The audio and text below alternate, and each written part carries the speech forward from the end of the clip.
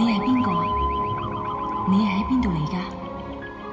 我知道我同你一定會有啲相同嘅地方嘅。喺呢個時空裏邊，讓我哋真誠相對，心靈相通。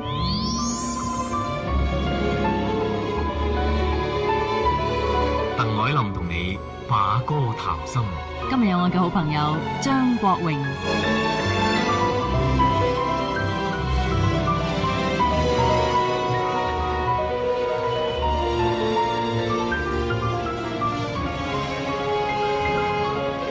其實認識咗張國榮咧，已經唔經唔覺有成7-8年嘅時間噶啦。記得最初認識嘅 Leslie 咧，佢俾我感覺咧係一個好活潑、好俏皮嘅男仔嚟嘅。同佢傾偈嘅時候咧，佢會經常大笑啊，或者係有好多大動作啊咁嘅。不過事隔幾年冇見到面之後呢，今時今日同張國榮傾偈嘅時候咧，就完全係另外一種嘅景象。嗱，而家 Leslie 咧，佢會帶啲好溫文成熟嘅感覺。咁說話方面呢就好小心，好得體，冇咗以前嘅大動作啦。但係咧就增添咗幾份，係咪經常都會有人用嚟形容張國榮嘅所謂滄桑感啦？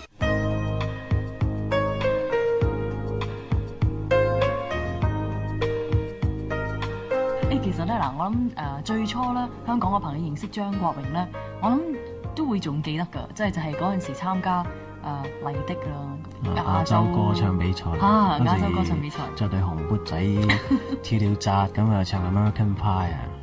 其實嗰陣時點解你會激發起你參加呢個歌唱比賽嘅？我嗰陣時其實我喺英國啱讀完書，即係未讀晒㗎。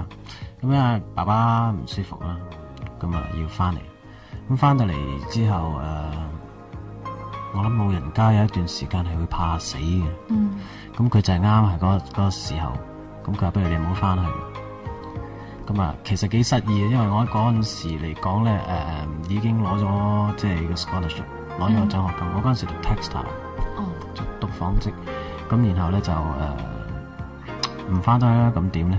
咁啊，成日喺度流連啦，即係香港。咁啊，然後卒之有一個機會，我個朋友話：喂，有個歌唱比賽喎，你成日中意唱歌喎，不如去玩下啦。我話：唔好啦，我陪你報名啦。卒之俾人哋佢俾5蚊我，即係同我報埋名。嗰時報名好平嘅，5蚊嘅。咁然後就即係唱下唱到去決賽。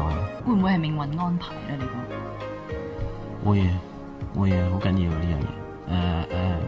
我就嗱，你諗下我讀書啊，讀嗰啲科目啊，全部都唔係同娛樂圈有關。即係如果我咁中意娛樂圈，我會去讀音樂學校啦，喺外國。咁又唔係。咁啊，卒之始終都要即係逃唔過呢個娛樂界嘅魔掌。喂，咁其實最初你幾多歲就離開香港？13歲。13歲嗰陣時真係哇好嘢，即係可以去到只係得一個親戚喺度。咁我自己一個人搭飛機啊。過到去搵人嚟接我啊，又唔識嗰個人啊，即係好似相睇嗰啲咁樣，攞住幅相啊，呢個邊個啊？呢個就係咩姑姐啊，即係咁樣。咁然後仲好笑最記得就係嗰陣時搭飛機，即係第一次又冇經驗，咁坐正啲 jumbo 咧，嗰啲747中間，點知我隔籬嗰啲包機，即係我諗學生去咧，即係好多家長都係因為經濟嘅問題，即係會係喂。學生仔唔使咁奢侈啦，即係搭嗰啲包機啊，嗰個機叫唔知乜鬼Laker 嗰時好興嘅。咁就係如果你去親即係外邊咧，就多數係包機咧，就最出名嗰間。咁我哋有包機，即係我哋有去咁。我最記得坐我隔離嗰個係讀新法嘅。但係佢應該係好時髦，因為佢已經係去慣嗰種，所以好大安主義啊，好咩咁。但係我好緊張，手心微心寒，因為你搭飛機咧，即係又唔知點樣。我聽即係哇咁高嘅飛機去到，卒之一上機嗰時，bling bling 跌咗嗰個即係有個 projector 喺樓上，即係嗰啲放映機跌咗落嚟，咁喺度咁又有4條橡，即係嗰啲彈弓咧喺度勾住，咁又升下，直到個機上咗上邊啲雲層啦，平定咗啦，嗰啲空中小姐先咧，行啦，仲有即係上翻好佢度。哇，好兒戲啊！係啊。人生中道路似是漫長，唯唯有靠信心化力量。沿途甘苦細細味，炎涼世態漫漫長，心中鼓聲更勁更響。傻小子，愛罵似是尋常，憑勇氣戰勝苦困現狀，迎頭追趕見努力，前途中遠默默亮，鼓聲敦促繼續向上。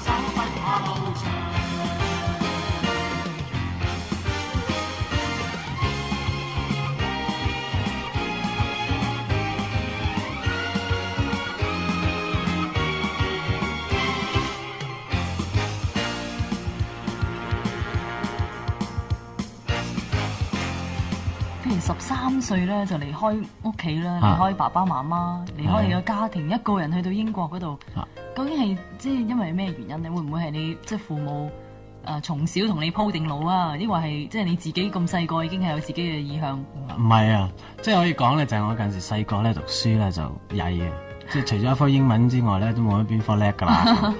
咁啊，尤其是啲數啊，咁啊，我爸爸有見及此啊，即係死啦，唔可以咁樣上中學啲數啊，全部哇交叉零蛋嗰啲咧。咁然後啊，佢話同埋嗰陣時有個潮流就好興，即係谷啲仔女去外國讀書，就係覺得係一種光榮嘅嘢嚟嘅。即係嗰陣時其實即係諗下成10年前咯。咁咪好咯，咪去咯。咁佢話你有冇興趣去啊？咁我話好，咁咪報名啦。啊，點知好快脆，因為嗰陣時已經差唔多。我最記得嗰年我係冧班，因為復科數唔掂，嗰陣時係由舊數轉新數，咁我直情都唔知咩嚟嘅。咁啊肥咗佬，即係話有科數升唔到班，咁佢話不如你去外國讀書啦，去浸幾年啦，即係好啊好咁啊去。咁即係7月中放榜，即係肥咗佬，然後8月 apply， 8月尾已經係哇，即係急腳咁走嗰啲啦。咁去到我記得第一晚嘅經驗咧，就係咧好大間嘅屋，即係你去到英國，淨係覺得個學校好大，離開即係唔係 London。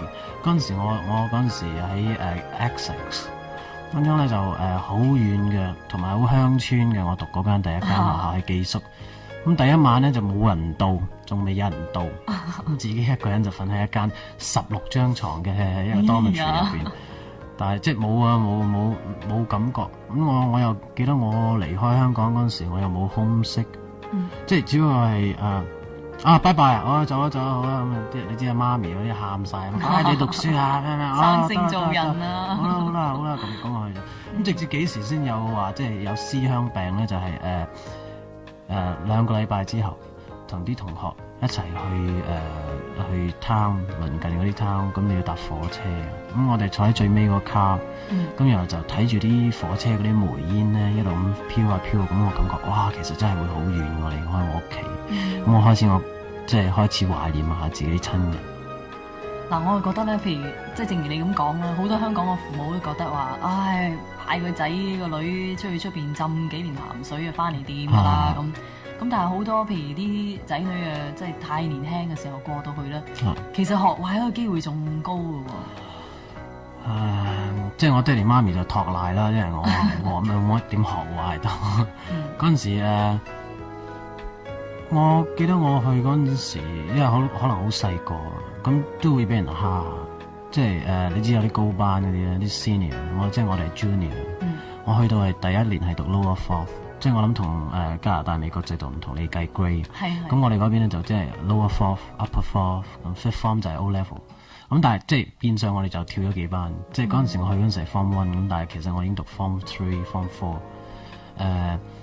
英文當然有少少困難啦，但係啲數真係會叻過佢哋啊！你聽講下，即係出邊即係外國讀數啊，梗係叻過佢哋。咁但係有冇學壞咧？我就冇承認到我有學壞到，即係只不過係我見多咗嘢，反而因為咩嘢都要靠自己嘅。你出到去買張即係車票啊，去第二個攤啊，你都要自己咁樣揦住個皮篋就走，就學到好多啲獨立個性。同埋我嗰陣時喺香港咧，都即係冇咁中意話玩即係 sports 嗰啲體育嗰啲咁嘅嘢，但係反而過到去咧就會有足球啊、rugby 啊，因為嗰啲係佢哋係規定你一定要做。張國榮呢，屋企就有7兄弟姊妹，佢自己係排行最細嘅。咁好多朋友都知道張國榮嘅爸爸呢，喺未退休之前呢，就係開洋服店嘅，咁而喺行內呢，都可以講係相當之有名添。咁亦都好多朋友可能亦都知道呢，張國榮有個大家姐係叫做張綠萍，咁喺消費者委員會搞嘅一切活動裏邊呢，佢都係中堅分子嚟嘅。咁究竟 Leslie 同佢嘅屋企人感情又係點樣？好好㗎，即係我同佢係好感情。或者即係我係細個啦，即係喺佢哋嘅心目中，我永遠都係最細個。係啊。咁啊，所以好多時，譬如話而家出咗嚟做嘢啊，都會即係一個禮拜通2-3次電話啊。你點啊？即係過嚟食飯啦，或者一齊去街咁。咁我12月都會去去泰國做演唱會。咁好可能咧，就係即係全部我 family 啲人去晒。哇！嚇，捧場，去捧場，支持你，順便去玩。因為上次我去到泰國，發現咗個新大陸叫寶吉島，係好山明水秀嘅地方。咁今次佢哋即係諗住大家一齊去玩。哇！我就咁聽咧，張國榮個屋企啊，或者係即係從小啊個環境啊，真係好到不得了，真係。唔係啊，即係中上家庭咧，又唔係認真咁好。I want to break free.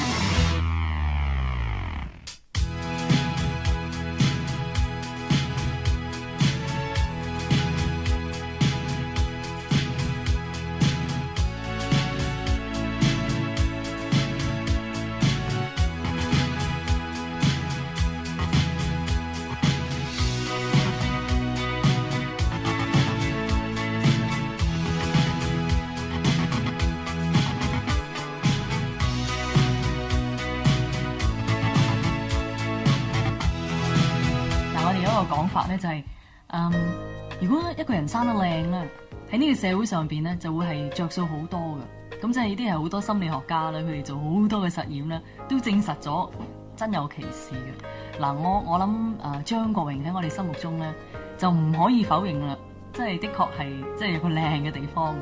咁我諗嗱，你如果喺屋企咧，你又排最細啦，咁有好多哥哥姐姐喺你前頭啦，咁我亦都可以想像到即係細個時期嘅張國榮咧，都會係即係好 cute 好得意嗰類嘅，即係好靚仔嗰類。我係肥嘅，肥仔嚟嘅，我係肥嘟嘟嘅嚇。會唔會自細至大你都覺得四周圍啲人都對你特別好嘅？即係譬如讀書時期啲先生啊對你特別好啊，大個咗啲人又即係對你好似特別好咁樣。先生啊，睇下上咩科啦。正如我話齋，如果上數嗰個會覺得我好蠢咯。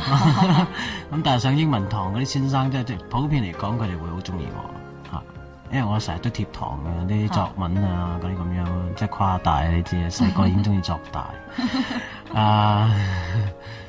咁如果你話又唔係啊，即係有陣時我覺得係有唔好處，有時如果話男仔你即係長得即係有少少過分嘅時候咧，會人哋覺得即係有啲人會唔中意啲好樣啲嘅人㗎嚇，可能係出於太過羨慕或者太過妒忌，或者佢根本自己本身佢真係唔中意呢類型嘅人，即係可能有啲人中意啲粗橫啲啊，咁樣。不過如果我嚟講，我寧願我自己重內涵多外表，即係我覺得外表呢啲嘢係隨時會好快脆，即係咁就冇啦。但係內涵你係永遠都唔可以，即係你明唔明啊？即係你只可以，譬如話你只可以撳我一次，但係可以撳我第二次，但係你唔可以撳我第三次。如果我真係有咁嘅料去做一樣嘢嘅時候，但係如果你即係外表係好快脆已經可以冇咗，內在嘅嘢可以永遠都擁有佢。係咁譬如喺最初參加亞洲歌唱比賽得嘅獎，啲人全部哇，真係中意到你不得了嘅，即係拍掌拍到好緊要。我記得嗰陣時嘅情形。就係好似你用翻一啲外表同內涵嘅嚟講，就係我覺得我嗰陣時係直情係絕無內涵嘅。咁所以係經過咗嗰晚嘅 overnight sensation 之後咧，就已經係冇咗嘢，即係好快脆已經謝咗，即係冇咗 sparkle，而係即係啲人就會覺得好得意，好 cute 啊，好讚啊，呢個男仔跳跳扎扎咁。但係之後其實好多嘢我做出嚟都係錯嘅，或者係唔係咁易俾人哋接受嘅。即係可能喺嗰陣時嘅 trend 嚟講，有啲人朋友就安慰我咧，就係話因為以前我做嘅嘢就太過 progressive，即係太過前衛啦嚇。咁所以如果將嗰陣時嘅嘢俾咗落而家咧，即係而家嚟做咧，就可能會俾人接受多啲。咁另外一個講法咧，就係根本我自己本身冇內涵。咁所以即係經過咗嗰晚即係咁轟動、咁受人即係愛戴之後咧，之後就有啲即係唔好嘅後果產生咗，反而即係有一段時間係我幾落寞㗎。但係喺嗰段時間裏邊咧，我亦都盡量去充實我自己。譬如話我唱歌唔得咩？你覺得我唱歌唔得咩？咁我做戲啦，我做戲啦，我做電視劇啦。然後隔得幾年之後，睇人哋淡咗，咁我先再唱翻歌。咁可能亦都可以講我嗰陣時把聲未變啦。咁而家係我轉咗聲，即係變咗聲，成熟啲添，成熟咗啲啦把聲。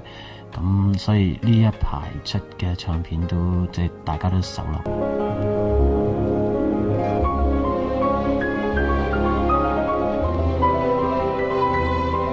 我一直都覺得張國榮咧係一個好傳奇性嘅人物嚟嘅。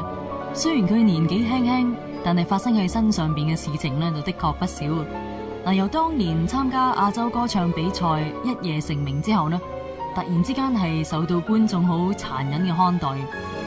而呢一段日子佢依然係好勇敢咁喺度默默耕耘。到今時今日，張國榮真係完完全全咁受到觀眾嘅接納啦。呢一切事情咧都係發生喺一個年輕人嘅身上。